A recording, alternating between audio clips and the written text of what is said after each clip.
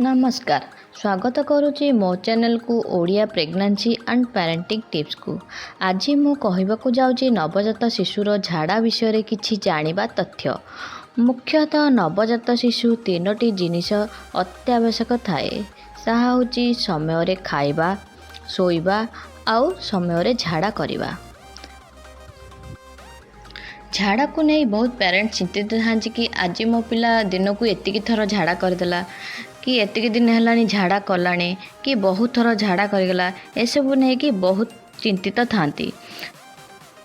सबुठु प्रथमे मु कहबाकू चाहूँगी कि जदि आपणक छुआ दिन को 7 थर कि 7 दिन है झाड़ा करिनी तेबे चिंता करिवार कौनसी आवश्यक नाही।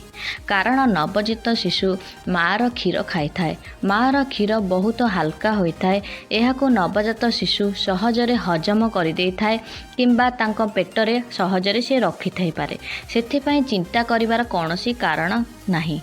बहुत पेरेंट्स भाबंती कि 2-3 मास होला पिला भल कि झाड़ा करूला, एबे हठात किनी पिलार रेगुलारली झाड़ा होनी, 7 दिन की थरे झाड़ा होची, ताहाले मध्य चिंता करिवार किछि कारण नाही।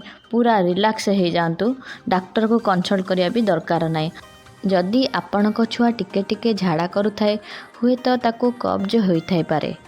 एथिपाई आपणको मार खाइबा फूड हैबिट उपरे ध्यान रखा पड़िबो। माँ कौन खाउची ताको आमको ऑब्जर्व करिया पड़िबो, काहेकि ना शिशु को पोषण डायरेक्टली माँ ठारो ही मिली थाए। जदि आपणक शिशुर पतला झाड़ा होइथाए किंबा झाड़ारे पानी पानी आसी थाए ताहाले डाक्टरक परामर्श नेबा आवश्यक अछि। आउ गोटे कथा है छुआर झाड़ार रंग। आज छुआ हलदिया हगिला कि ग्रीन कलर कि ब्राउन कलर, एथिपाई मध्य चिंता करिवार कौनसी आवश्यक नाही। झाड़ार रंग, शिशुर झाड़ार रंग मार खाइबार खाद्य उपरे निर्भर करथाए। आपनको सेथिपाई चिंता करिवार कौनसी आवश्यक नाही। हाँ, जदि आपणक शिशुर झाड़ार रंग कला होइथिबो किंबा नहले धला होइथिबो एवं झाड़ारे रक्त पड़ुथिबो ताहाले डाक्टरंकर परामर्श नियंतु।